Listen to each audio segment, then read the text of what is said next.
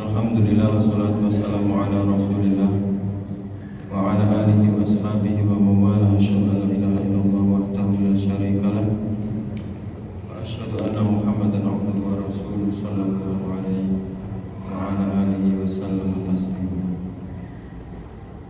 Alhamdulillah, kita lanjutkan kajian kita sebelumnya. Terakhir kita telah baca dan bahas tentang hadis yakni akhwafu ma akhafu alaikum syirkul asghar, yakni arniya. Kemudian hadis selanjutnya pada bab al-khauf minasyirki, kata beliau rahimahullahu taala, wa 'an Ibnu Mas'ud radhiyallahu anhu, dan dari sahabat Abdullah bin Mas'ud radhiyallahu taala anhu, anna Rasulullah sallallahu alaihi wasallam qala, sesungguhnya Rasulullah sallallahu alaihi wasallam qala, bersabda, kata Rasulullah, man sapane wong mati sapa man, halaman 47. Barang siapa yang mati wabua dalam keadaan dia yad'u menyeru berdoa lillahi untuk Allah, niddan, dalam doanya seruannya tersebut dia jadikan niddan, yakni tandingan, ya, dakhala dia akan masuk an-narona, neraka. Rawa telah meriwayatkan hadis Al-Bukhari, Imam Al-Bukhari. Jadi di sini menjelaskan barang siapa yang mati dalam keadaan dia jadikan Allah Subhanahu wa taala tandingan di dalam doanya. Ya, orang menjadikan tandingan di dalam doanya, yang mana doa ini adalah khusus untuk Allah, maka dia jatuh pada kesyirikan. Maka kata Rasulullah, siapa yang mati dalam keadaan seperti itu, dakhalan nar, dia akan masuk neraka. Ini makna secara umum dari hadis ini. Kemudian Syekh Shalih Fauzan hafizahullah taala menjelaskan lebih lanjut. Makna yad'u adalah ad-du'a guna. Doa yang dimaksud di sini adalah was-su'alu, adalah meminta. Ya, jadi doa di antara maknanya adalah meminta, karena kandungan di dalam doa itu, ya, di antara kandungan yang paling besar adalah meminta. Yuqalu, dikatakan da'ahu, ya, seseorang meminta, ya, berdoa kepada si A si B. Idza sa'alahu, ketika dia meminta kepada seseorang, au istaghatha, atau meminta bantuan pertolongan, bihi, yang kepada seseorang. Ini makna doa. Jadi doa itu maknanya soal, meminta pertolongan. Ya, dan ini adalah inti daripada ibadah. Kata Nabi alaihi salatu wasallam, ad-du'a'u mukhul ibadah. Doa itu adalah inti dari ibadah. Dalam riwayat yang lain, ad-du'a'u wal ibadah, bahwasanya doa itu dia adalah ibadah. Karena di dalam doa itu terdapat ketundukan, kefakiran, kebutuhan seorang hamba kepada Allah Subhanahu wa taala. Maka gak boleh kemudian doa ini istighatsah, memintanya dipalingkan kepada selain Allah Subhanahu wa taala, atau dia jadikan apa? Tandingan. Dia berdoa na'am satu sisi kepada Allah, tapi dia juga minta kepada selain Allah. Maka ini juga jatuh pada syirkun akbar. Makna niddan adalah an-niddu, adalah al-mithlu, yakni yang serupa, wasyabihu, dan juga yang serupa. Jadi harusnya doa itu ya khusus untuk Allah, dia serupakan ada selain Allah itu memiliki yang semisal dan serupa, yang harusnya itu adalah hak Allah Subhanahu wa taala. Itu makna niddan di sini. Kemudian kata beliau, al-makna al-ijmaliyu lil hadisi, makna secara global lil hadisi terhadap hadis tersebut. Kata Syekh Shalih Fauzan yukhbiru telah mengkhabarkan sawa'an Rasulullah sallallahu alaihi wasallam anna man ja'ala lillahi, barang sesungguhnya barang siapa ja'ala menjadikan lillahi untuk Allah syabihan, ya, serupa au mathilan atau yang sebanding dengan Allah dari sisi apa? Fil ibadah, dari sisi ibadah. Ya, makanya kita sampaikan tadi bahwasanya doa ini adalah ibadah. Ya da'uhu, seseorang yang berdoa kepada selain Allah, ya, wa yastaghitsu bihi, dan dia meminta, wa yas'aluhu, dan meminta kepada selain Allah, wa yastaghitsu, dan meminta bantuan bihi, kepada selain Allah, baik nabi yang kana, yang dimintai pertolongan ini ada apakah seorang nabi, ya, apalagi yang di bawah nabi, karena hadan niddu, maka ini adalah an-niddu, yang menjadikan tandingan, au ghairahu, atau selain nabi, wastamarra ala dzalika, dan dia terus menerus ala dzalika, atas perbuatannya tersebut, ilal mamati, sampai mati.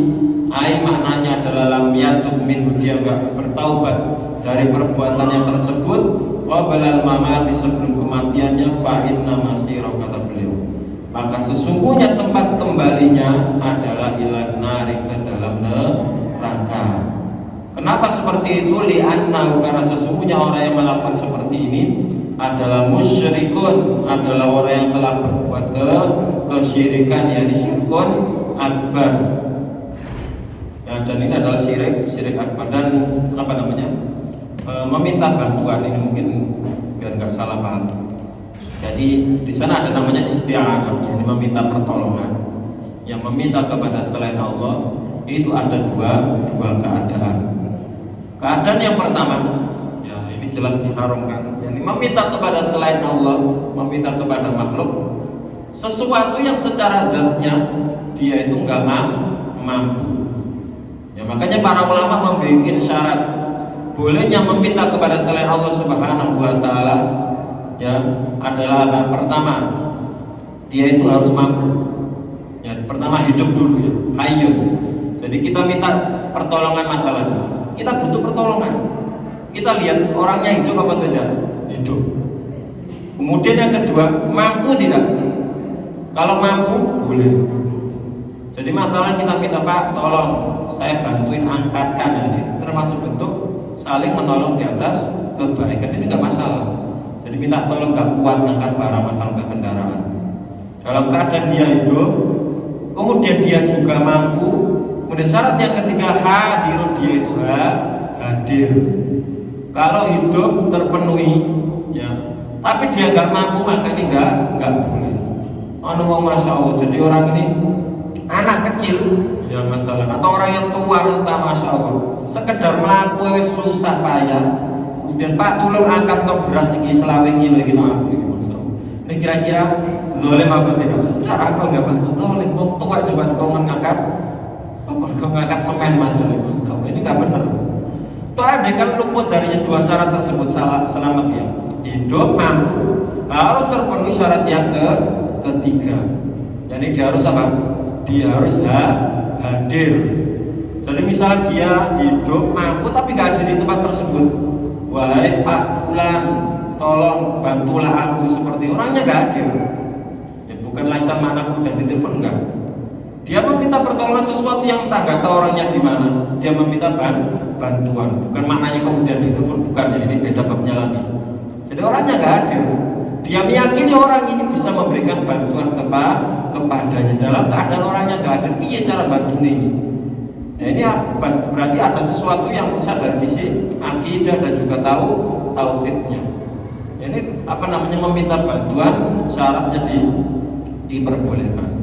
Kalau terpenuhi, nggak ada ketiga syarat tersebut, atau hilang satu saja dari syaratnya, maka ini nggak boleh meminta bantuan kecuali kepada selain Allah Subhanahu wa taala. Dia mampu, ya, dia hidup, atau mungkin dia hidup tapi nggak mampu, ya, maka hilang syaratnya, nggak boleh. Dia hidup, mampu, tapi orangnya nggak hadir, juga hilang syarat, maka ini juga nggak boleh, ya. Nah, jadi yang dimaksud di sini adalah apa? Yani beristighatsah, meminta kepada selain Allah Subhanahu wa taala yang enggak terpenuhi dari 3 kriteria atau syarat yang kita sebutkan tadi. Nabi yang kanan, ya baik yang diminta itu seorang nabi, ya, nabi meminta kepada nabi, ya, ketika setelah kematiannya banyak orang, ya, sebagaimana orang-orang apa dicontohkan oleh orang-orang Nasara yang mereka itu berdoa meminta pertolongan kepada siapa? Nabiullah Isa alaihissalam. Ini syirkun akbar, ya, syirik besar. Walau sami'u innal ladzina tad'una min dunihi la yastajibuna la yasma'una du'aakum, kata Allah. Orang-orang yang kalian seru dari selain Allah Subhanahu wa taala, mereka itu enggak akan mendengar doa kalian. Jadi Nabiullah Isa alaihissalam yang diminta-minta, yang didoa-doai orang-orang kufar, orang-orang Nasara ini, mereka itu enggak, Nabiullah Isa itu enggak dengar doa-doa mereka. Kata Allah, walau sami'u, andekan, ya, yang kalian serulah kalian doa ini mendengar doa kalian, andekan mendengar, mastajabu, mereka juga enggak akan mampu mengijabahi doa kalian. Wa yaumal qiyamah, dan pada hari kiamat, yakfuruna bisyirkikum, mereka akan mengkufuri kesyirikan kalian. Ini nabi, apalagi orang-orang di bawahnya, orang-orang yang dianggap orang-orang soleh, orang-orang yang dianggap wali ini wala itu. Mereka itu aja nggak ada jaminan kemudian selamat, ya, pada hari kiamat, ya. Kemudian mereka juga nggak akan mendengar doa-doa mereka. Andaikan mereka mendengar pun, mereka juga nggak akan bisa mengijabah, dan mereka pada hari kiamat akan mengingkari kesyirikan-kesyirikan yang dilakukan oleh orang-orang tersebut.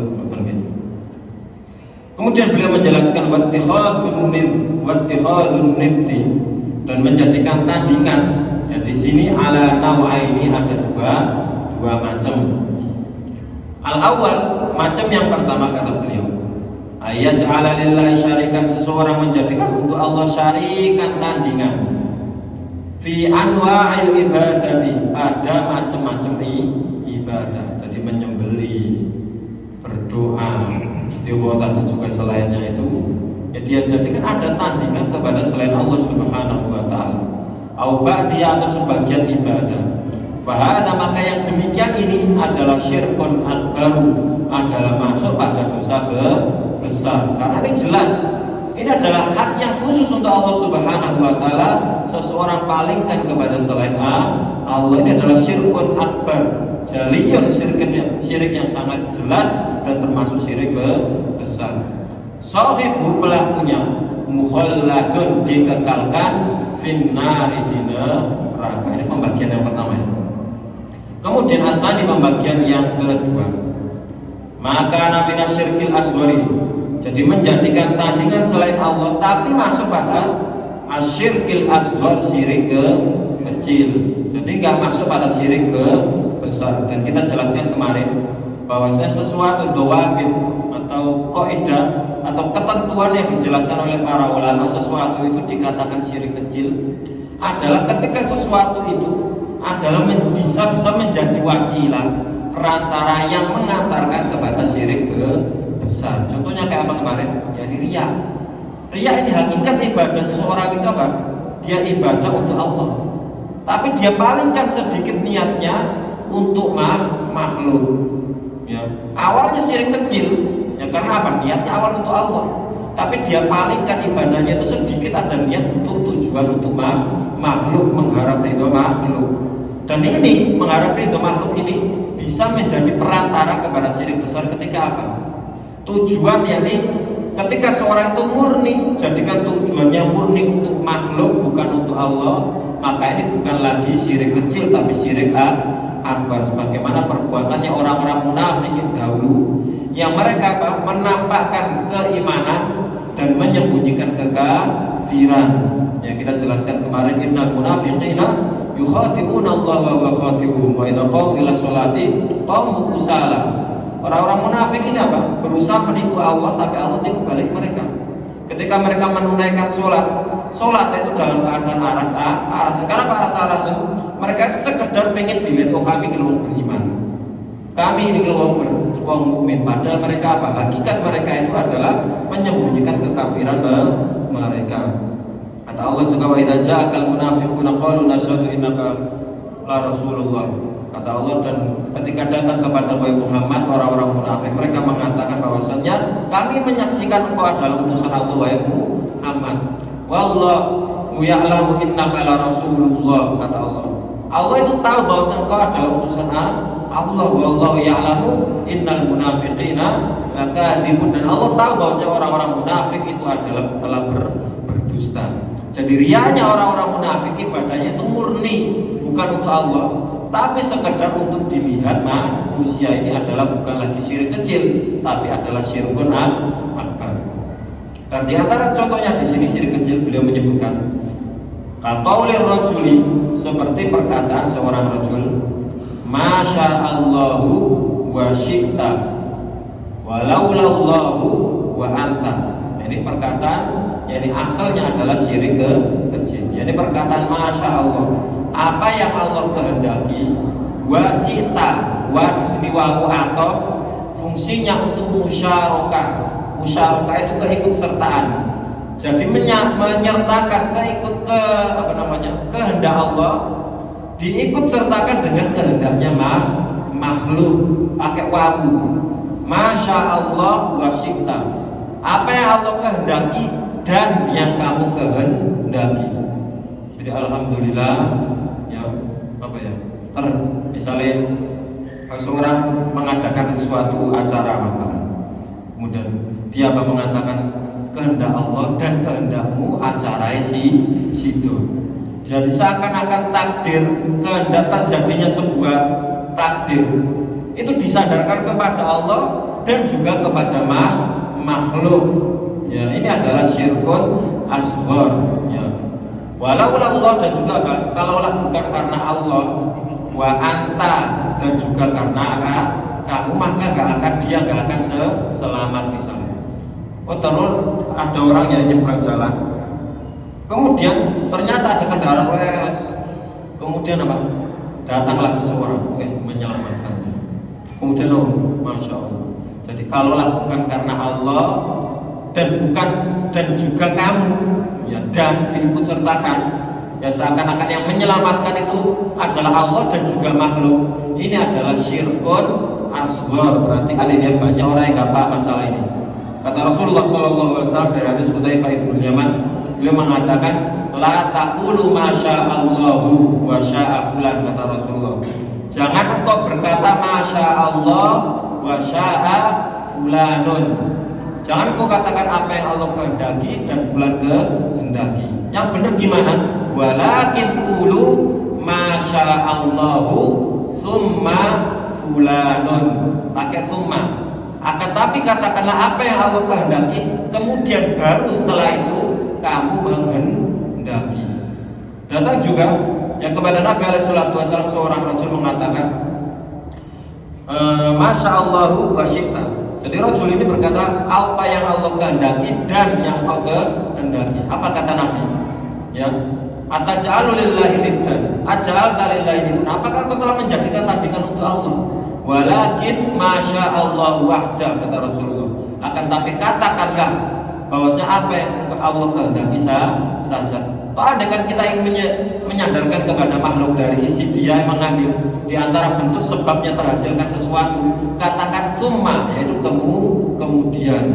Jadi alhamdulillah Allah yang paringi kesembuhan, kemudian dengan sebab dokter. Ini perkataan yang selamat ketauhidan kita, selamat kita dari syirik kecil. Ya. Kenapa dikatakan syirik kecil? Karena dia masih menyandarkan kepada Allah, tapi ya, dia menyamakan, ya, menggandengkan hak Allah, yakni kehendak Allah dengan kehendaknya makhluk, maka dikatakan syirik kecil. Dan ini bisa ya dikatakan syirik kecil karena bisa menjadi wasilah perantara kepada syirik besar ketika disandarkan kepada kehendak itu murni kepada makhluk, bukan kepada Allah Subhanahu wa taala. Makanya firman Allah apa? Wa ma tasyauna illa ayyasha Allah. Dan apa yang kamu kehendaki kecuali semua itu di atas kehendak Allah. Kehendak makhluk itu cuma sebab top.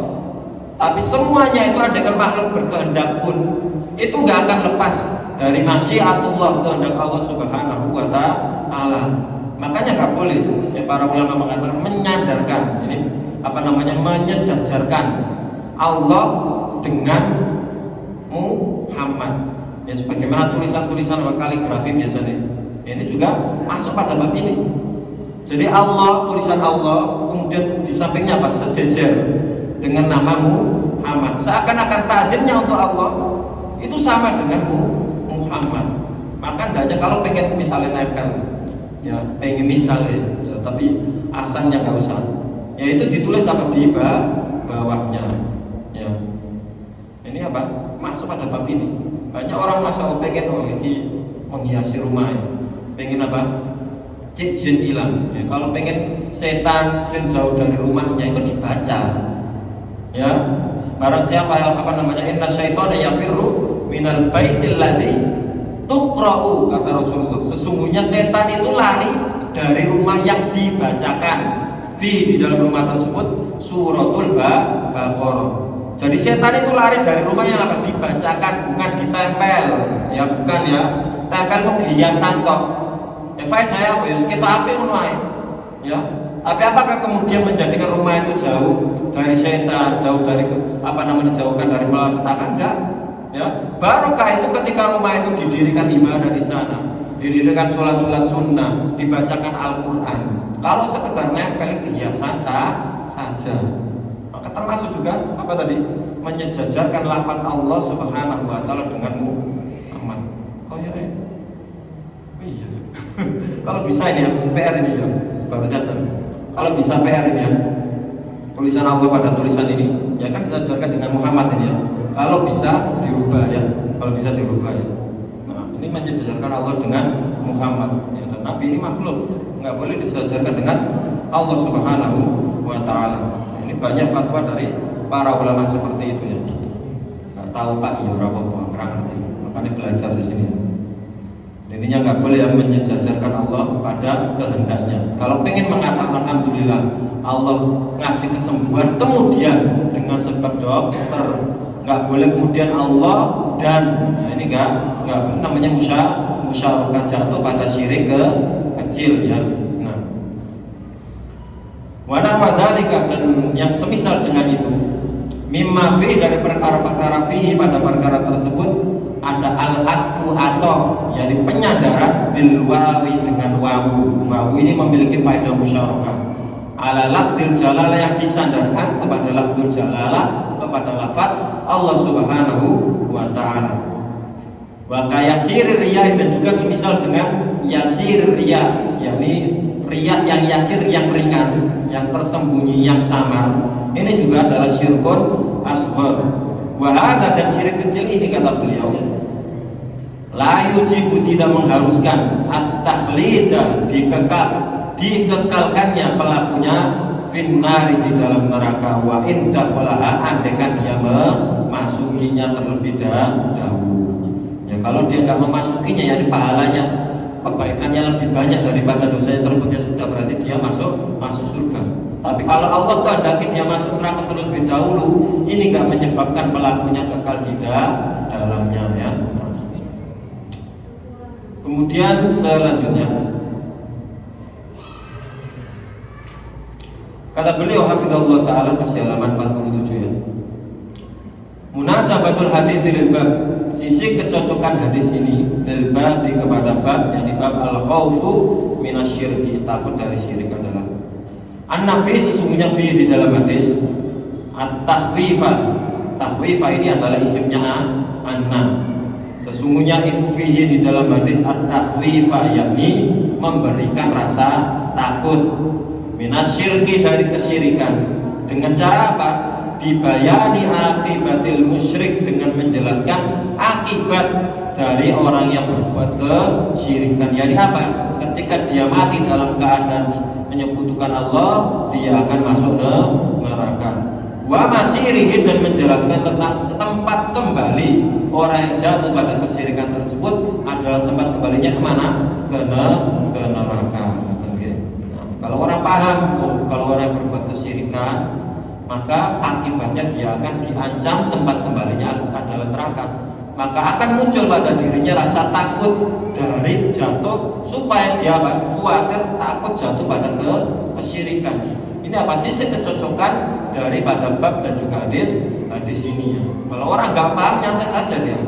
Oh santai saja berbuat kesyirikan ini santai saja, karena dia nggak tahu oh ternyata tempat kembalinya kesyirikan itu adalah di neraka. Makanya kenapa orang banyak sekali ya gampang sekali jatuh pada kesyirikan, enteng sekali datang ke dukun. Rane duit saya tiba dukun, aku ingin pengen lancar usahaku, pengen sugih, yang ngambil pesugihan, datang ke dukun. Kenapa kok enteng seperti itu?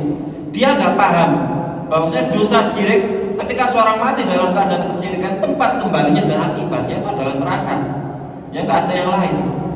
Ya, karena orang banyak nggak paham, santai saja. No, akhirat ya urusan itu, ya, yang penting dunia senang dhisik seperti itu. Karena mereka jahil di dalam agama mereka, nggak paham tentang mana tauhid, mana syirik, nggak paham bahwasanya dosa itu ancamannya luar biasa, nggak paham bahwasanya kesyirikan itu adalah dikekalkan di neraka. Ini makanya pentingnya dakwah. Makanya dakwah tauhid ini sesuatu yang dibutuhkan sekali oleh umat. Ya sering kita sampaikan bahwasanya penduduk ya. Jadi penduduk Indonesia ini mayoritas Islam. Tapi dari sekian yang mayoritas mengaku beragama Islam ini jahil, nggak paham terhadap agamanya. Masalah prinsip-prinsip seperti ini saja loh, mereka nggak paham. Coba lihat ketika apa? Orang-orang menyembelih ya untuk selain Allah, diserahkan kepada gunung-gunung, ke laut-laut. Itu masuk yang wedok ke koyo kudungan. Kemudian ketua sing nyelenggara acara koyo kedunan kok macak Pak Haji. Ya KTP Islam kabeh, tapi mereka gak paham masalah-masalah seperti ini. Ini jalur negeri iki baru katukon. Ya. Sebab utama keberkahan negeri saja mereka nggak paham. Ya mereka sandarkan kebaikan, datangnya nikmat, datangnya bala ketika mereka apa? Baik tidaknya mereka berbuat kepada apa? Sesembahan atau sekutuan-sekutuan mereka. Kalau saya nggak melarungkan kepala kerbau ke banyak nyi roro kidul lagi wono musibah. Belum lagi ada tempat sedikit lagi, tempat apa namanya? Yakni air terjun. Kalau kita nggak melakukan ritual tahunan seperti ini, nggak ngasih saja ke penunggu air terjun ini, tapi banyak sekali tempat-tempat seperti itu di Indonesia. Makanya ini PR kita semuanya, lebih khusus anak-anak muda yang tuh lebih semangat mempelajari agamanya. Kalau bukan kita yang menyampaikan dakwah para anbiya, mau siapa lagi? Ya mau siapa lagi pertanyaannya? Kata Allah Subhanahu wa taala, "Wa man ahsanu qawlan mimman da'a ila Allahi ala basir." Kata Allah, siapakah yang lebih baik apane qaulan ucapane mimman da'a ila Allahi, yaitu dibandingkan dengan orang-orang yang menyeru berdakwah kepada Allah Subhanahu wa taala ala basir, di atas ilmu. Allah sanjung kepada orang-orang yang berdakwah kepada Allah Subhanahu wa taala. Nah, ini PR kita semuanya ya. Jadi PR mendakwahkan tauhid ini masih panjang ya, masih panjang. Kemudian kata beliau halaman 48, ma yustafadu, apa yang bisa diambil faedah minal hadis, dari hadis tersebut. Yang pertama adalah at-takhwif, yakni menakut-nakuti, minasyirki, dari kesyirikan, wal hatsu, dan juga dorongan, ala taubati, untuk bertaubat, minhu, dari kesyirikan, qabla mamati, sebelum mati. Karena Rasulullah katakan apa? Man mata, para siapa yang mati dalam keadaan yad'u lillahi niddan dakhalan nar. Siapa nek wong sing mati dalam keadaan menjadikan tandingan selain Allah Subhanahu wa taala, maka dia akan masuk neraka. Maknanya ketika sebelum dia mati, dia bertaubat kepada Allah Subhanahu wa taala, maka dia akan diampuni. Dan ini maklum banyak hadis tentangnya, di antaranya hadis Nabi alaihi salatu wasallam, "Innallaha yaqbalu taubatal abdi ma lam yugharghir." Sesungguhnya Allah menerima taubat seorang hamba malam yugharghir, selama nyawa itu belum sampai di kerongkongan. Jadi kalau sudah dicabut di kerongkongan kemudian ke tobat, wis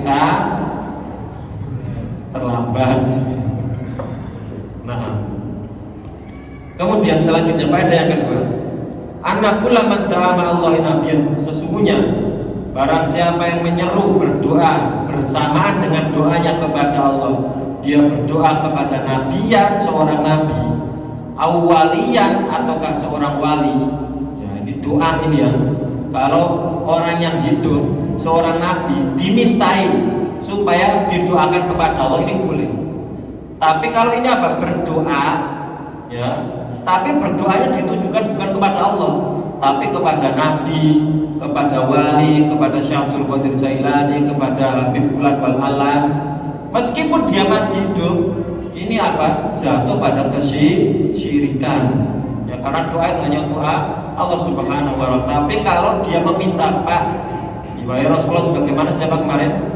Ini Ukasha bin Mihsan, ini meminta, ya Rasulullah, ud'ullaha, mintalah, doalah kepada Allah, li untukku, ayyaj'alani minhum, supaya Allah jadikan aku termasuk 70.000 golongan yang masuk surga tanpa hisab tanpa adab. Ini nggak masalah.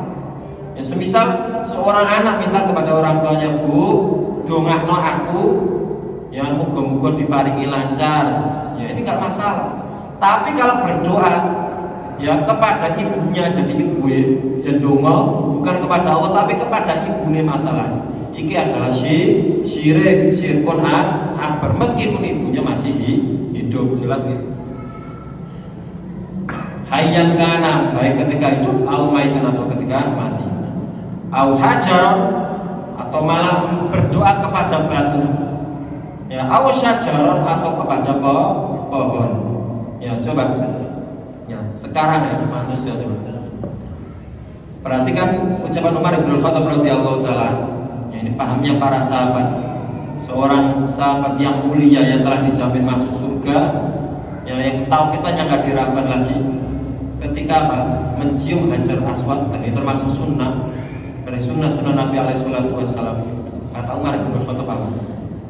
Ya Hajar, wahai Hajar Aswad, inni ro'aitu, sesungguhnya aku itu tahu, annaka hajarun, sesungguhnya engkau itu adalah batu, la tadurru wa la tanfa, kau itu nggak bisa ngasih nggak bisa mendatangkan, penolak madharat, wala mendatangkan manfaat. Laula anni ro'aitu Rasulullah sallallahu alaihi wasallam qabbalaka, kalaulah bukan karena aku melihat Nabi alaihi wasallam menciummu, maka qabbaltuka, maka aku gak akan menciummu. Ini pahami Umar. Batu ini hanyalah batu, ya wis.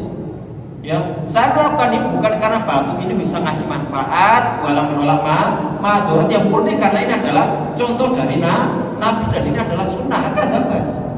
Ya, nggak ada pemahaman dari beliau bahwasanya Hajar Aswad ini bisa ngasih ini, bisa ngasih diijabah doa ini, dan saya nggak ada. Padahal dalam keadaan apa?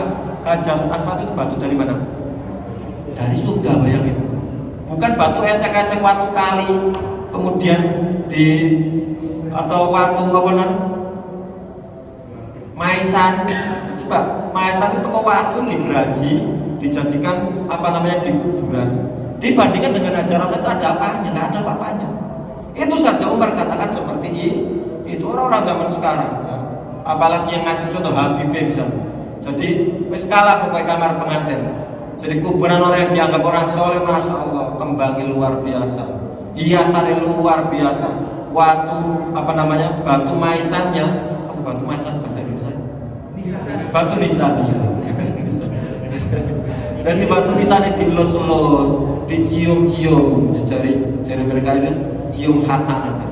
Ya, mereka kan mengikrarkan adanya bid'ah hasanah, ya wes, lulus-lulus hasanah, mencium maisan atau nisan hasanah, gelek berkain. Ada apanya dengan Hajar Aswad? Ini saja Pak, kata Umar, la tadur wala tanfa, apalagi selainnya, ya, waktu bayang, au syajaran, atau bahkan pohon gede saite, masya Allah. Jadi ono pohon gede saite wes bingung, iki pengen apa? Pengen lancar rezeki nih, ono cara nih dulu. Jadi bengi diwangi-wangi melek, turu nggawa sego, nggawa ayam, ya, atau bawa seserahan, atau bahkan bawa uang, ya biasanya dipakai bisnis orang-orang itu. Jadi ada batu saja di tengah hutan atau di tempat-tempat terpencil, batu ini menyerupai apa? Menyerupai batu nisan. Wes dibikinkanlah ya tempat rumah-rumahan. Ujung-ujungnya apa? Bisnis duit. Orang masuk situ naruh uang.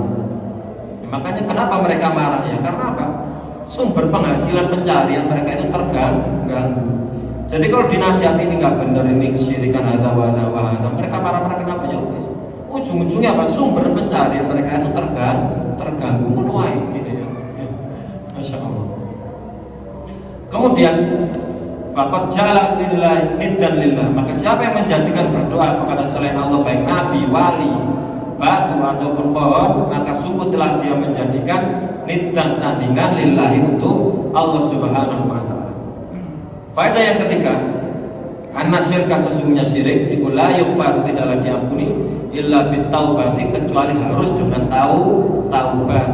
Kalau dosa yang lain, dosa-dosa yang kecil, ya dosa-dosa kecil ya, seorang satu sholat kepada sholat yang lainnya, Jumat satu ke Jumat yang lainnya, atau apa, Ramadan satu Ramadan yang lainnya, itu menghapus, tapi dosa kecil.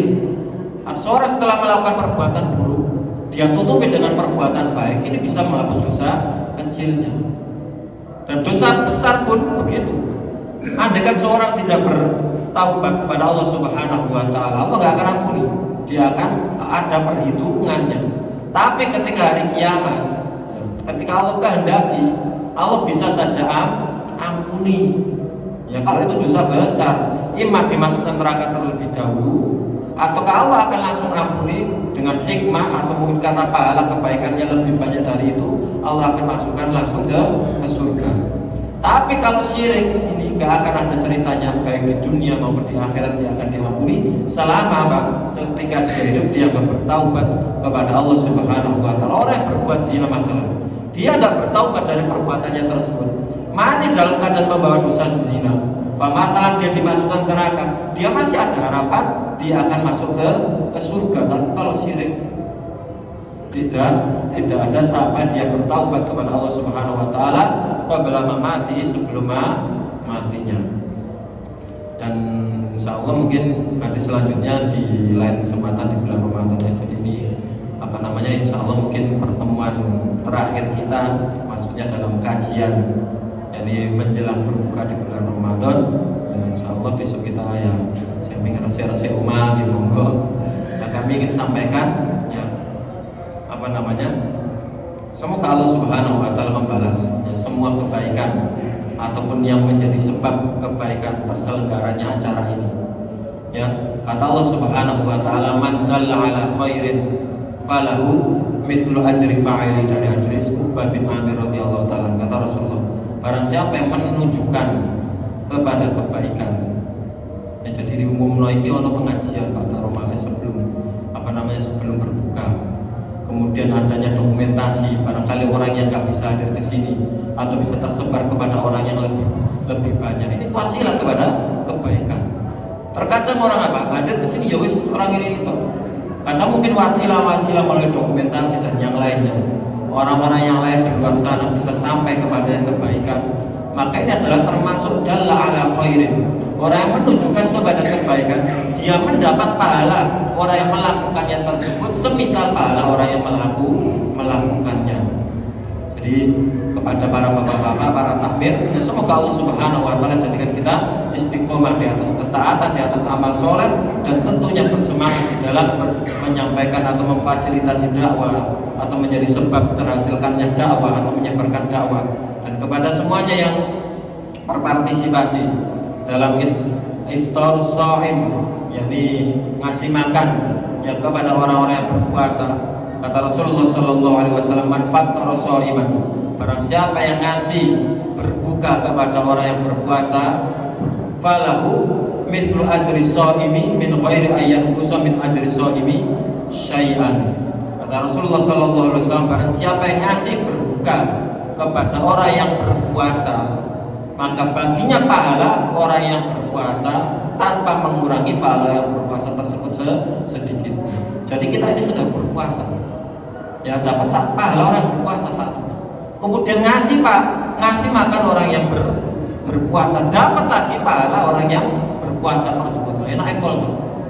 Yang gak akan berkurang harta kita yang kita keluarkan fisabilillah. La yanqusu shadaqatun min mana qasad shadaqatun min malin. Gak akan mengurangi sedekah itu dari harta. Justru Allah akan kasih keberkahan. Maka alhamdulillah bulan Ramadan ini tarbiyah kepada kita. Karena hakikat jiwa itu senantiasa merasa berat. Kalau orang ibadah itu kan paling pegel, nggak kalon apapun. Tapi kalau bagus sedekah, ya makanya Allah katakan apa? Lan tanalul birra hatta tunfiqu mimma tuhibbun. Kata Imam Ibnu Qayyim rahimahullah taala, kenapa? Jiwa itu senantiasa berat pada bab harta. Harta itu keloro-keloro diusahakan, dia berusaha mencarinya dengan susah payah, kemudian kok tak kasihkan orang lain.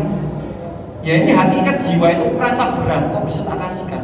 Kita bisa menahan syahwat tersebut, godaan tersebut dengan ringan mengeluarkan hati kita, maka ini luar biasa.